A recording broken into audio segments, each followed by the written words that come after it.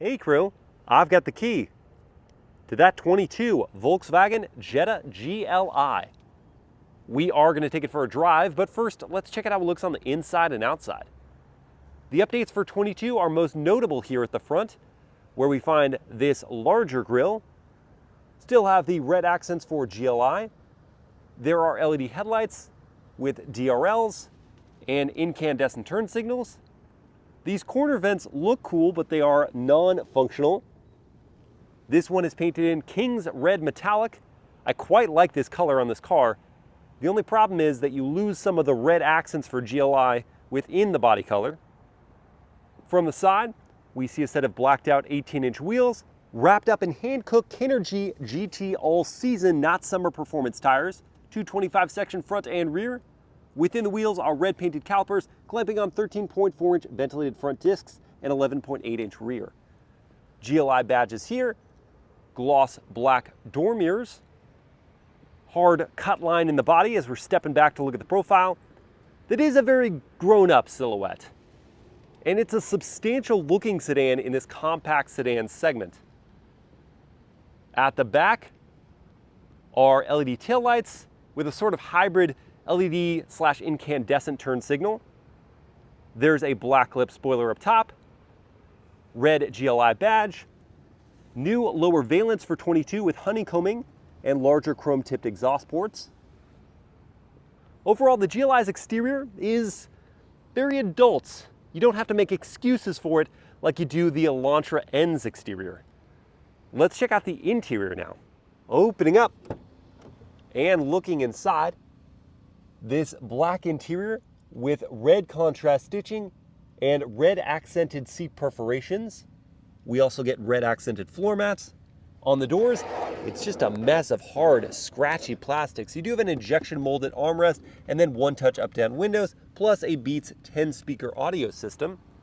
Moving inside, behind my own seat at 6 feet tall, I have a generous portion of knee room, good-sized foot pockets to slide my feet under, excellent thigh support.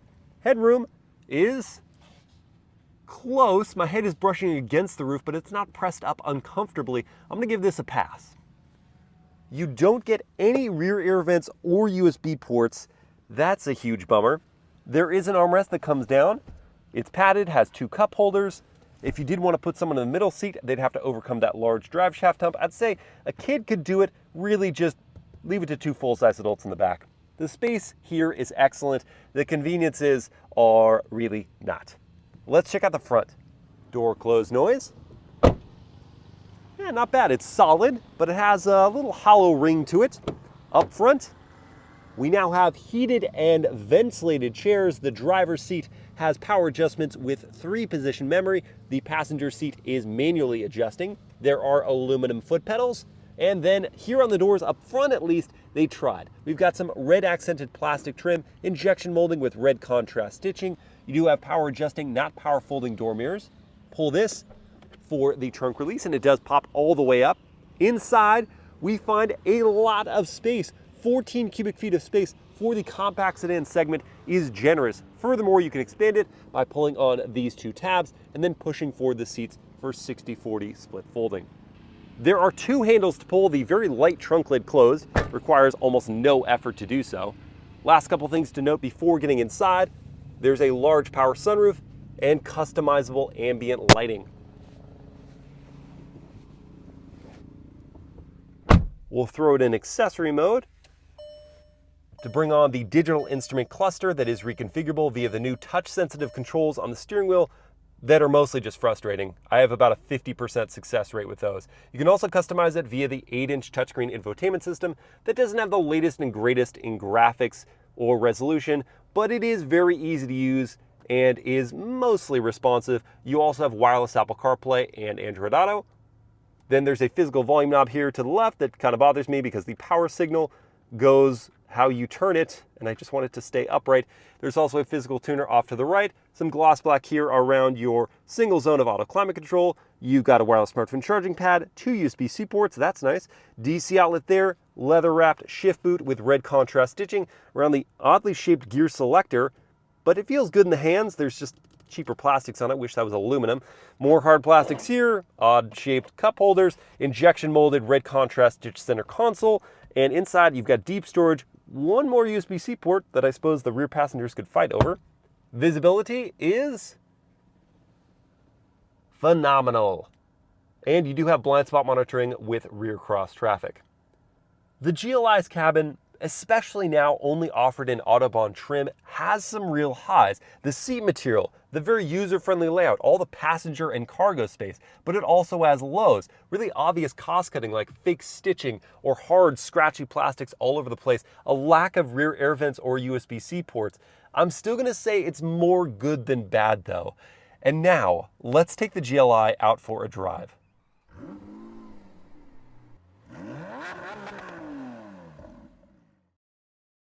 All right, let's fire it up.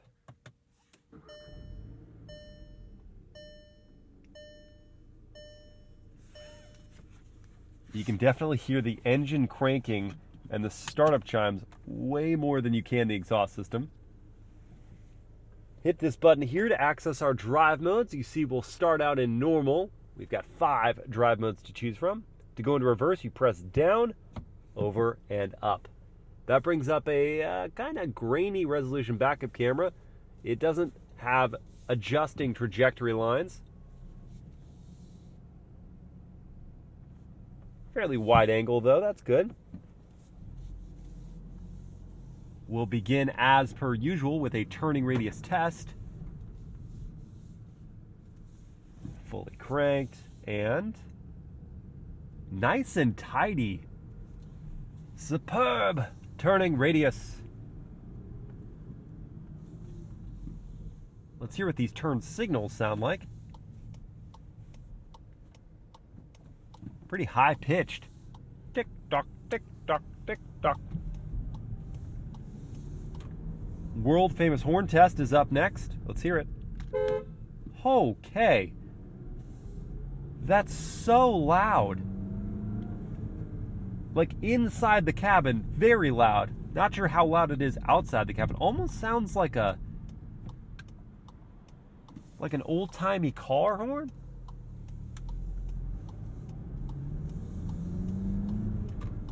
Moving on to the powertrain in the 22 Jetta GLI. It's the same as the 21 version. Get a 2.0 liter turbocharged 4-cylinder. It makes 228 horsepower and 258 pound-feet of torque. That is routed through, as we can see here, a 6-speed manual, or you can choose the 7-speed dual-clutch automatic gearbox. It really would have been nice to see the GLI get the same power bump as the GTI, which now makes 241 horsepower, though these are still some stout figures. And around town, it's plenty of pep.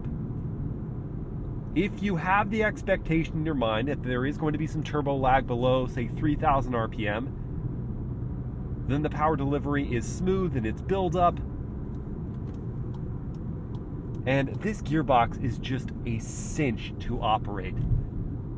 The engagement point is ultra clear. You can feel that friction point. You know exactly when it's time to take your foot off the clutch. The gearbox itself, the throws are on the longer side and it's a bit loose, just a little bit loose. Would like it to be tighter, but then the notch into each gear is defined. The ride quality is sensational. And I don't use that word lightly. For this segment, for this price, this is some of the best ride quality I've experienced in a sedan. And this is in the normal mode. There's also a comfort setting for the adaptive dampers that rides even softer. And even if you go all the way to sport, it's still not rough. The seats are also extremely comfortable, supportive, got good lateral support. We'll see truly how well they hold me in place when we get into some peppier driving. But for now, I'm just really at ease. And this is one of the easiest manual transmission cars I've ever driven. It's going to be perfect for those who are new to manuals, who want to dive in, have that more engaging driving experience, but are daunted by a very quick release clutch or a uncommunicative gearbox. This is solid. And now we should see some real world 0 to 60 for the Jetta GLI. For that, I've got my race box set up here. I'm going to go into the sport drive mode, and then I'll give it some gas, build up the revs, and try to get as smooth a launch as possible. And I do emphasize again, real world here, because we're not on a track, don't have a prep surface, and we're facing a little bit of an uphill. So let's see how we do. Little tire spin.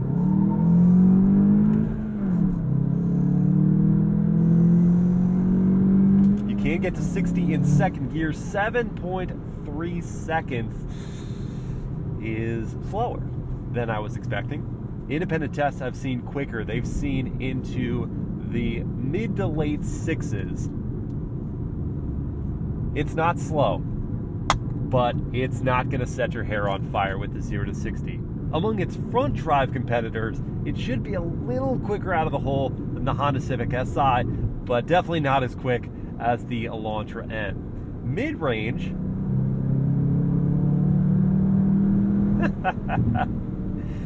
it does get cooking.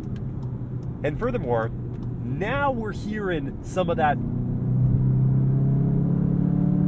growl from the updated exhaust system, and it's a satisfying soundtrack.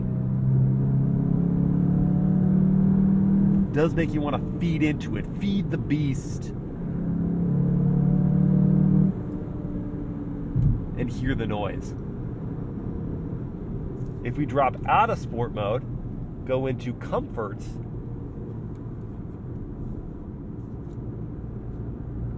things get back to a very mature and cozy driving experience.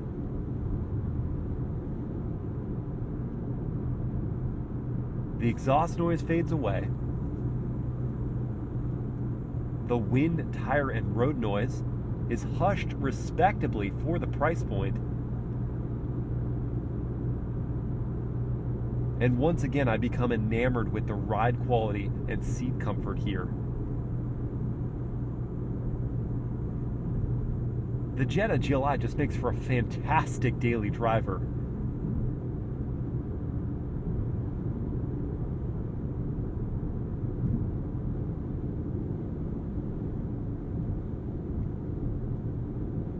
We're not done yet though.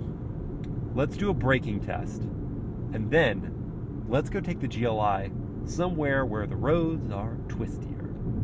Here comes that braking test from around 60.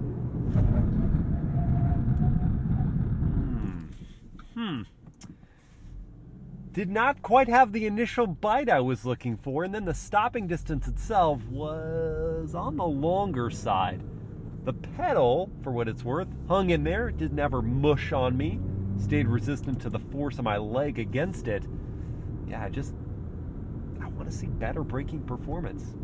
Let's see how they hold up, though, in our more dynamic route. It's playtime now.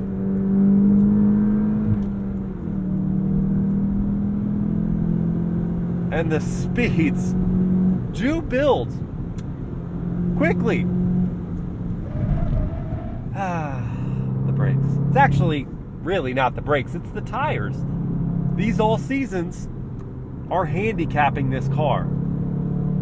They're not able to bite in and scrub that speed, and they're also kind of like soft on the edges. There's not that quick turn in, and there's just a bit of squish and roll in the corners. And when you consider how composed the car feels otherwise,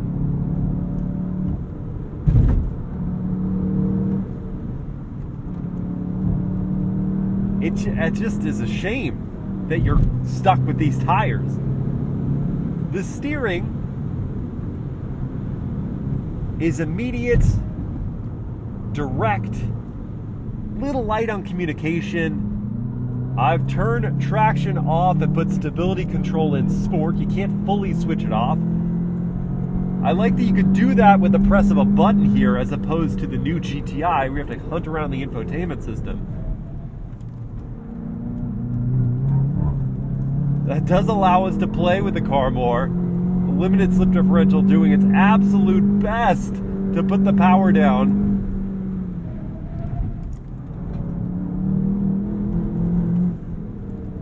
I'm entertained, and though the tall gearing of the GLI probably didn't help the 0 to 60 time. It does mean that we can pretty much stay in one gear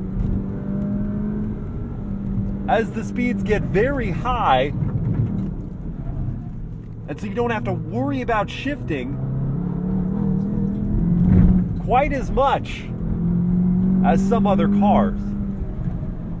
Would be ideal for autocross.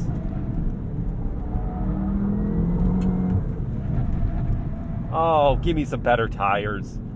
When you do need to shift, when the corners are very tight, thankfully, the pedal placement is such that you can easily bring your right foot over and rev match downshift.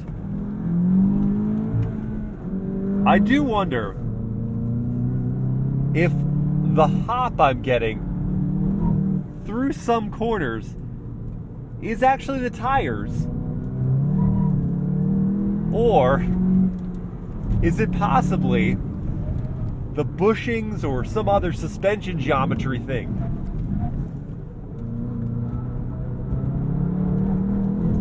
Because it is something you gotta fight through. Deep breath now. Let's move into the custom drive mode, where I've configured all the settings to be in their sportiest except for the ride quality. That is in comfort, and custom mode is something I would use all the time in this vehicle. It's about time for the newest segment of Miles Per Hour PV Drive Reviews. That is the Miles Per Hour word of the day. And for the GLI, the word of the day is reticent. By which I mean, unlike, in fact, completely opposite of the Ford Bronco Raptor, where it was so obvious that that truck was all about maximizing off-road performance and just being so bold about its exterior. It was audacious was the word I chose. The GLI is reticent in that it's reserved. It is modest about what it can do, the performance that is on tap, which is very solid. This vehicle is subdued. It is not boring. When you pour into it, when you extract some of the fun that's to be had here, you do get a smile on your face.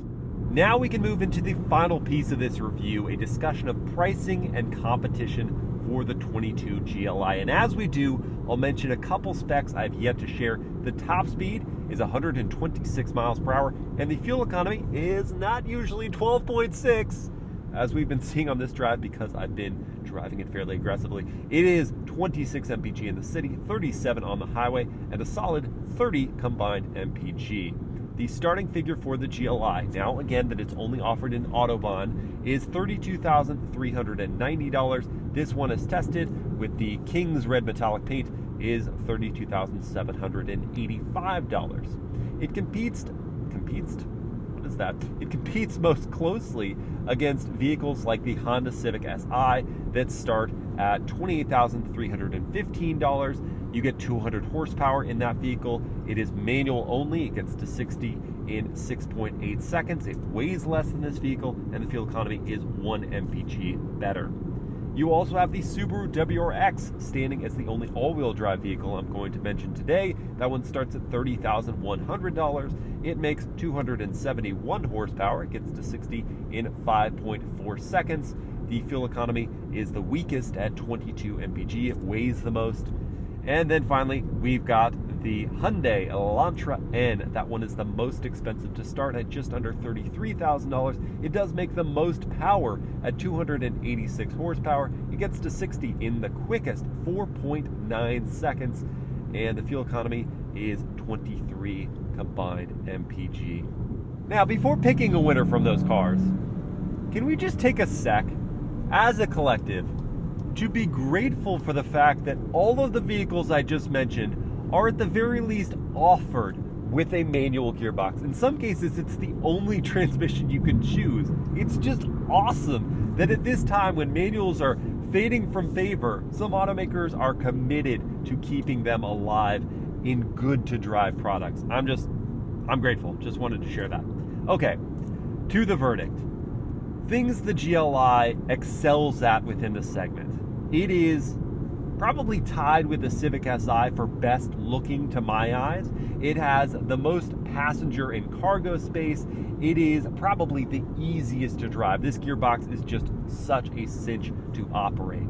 I also think it's the only vehicle in the segment that you can get with leather seats, and here they're standard. Things that it's not the best at. It is not the lightest weight. It is not the quickest at changing direction. It doesn't make the most power, isn't quickest to 60.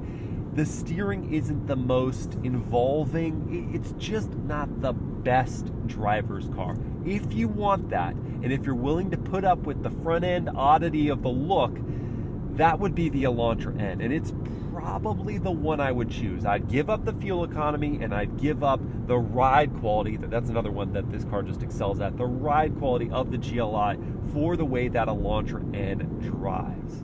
If you guys want to see how the GLI looks and drives at night, see the ambient lighting, hear the Beats audio system, I encourage you to watch Zent's POV Night Drive that's airing not long after this one.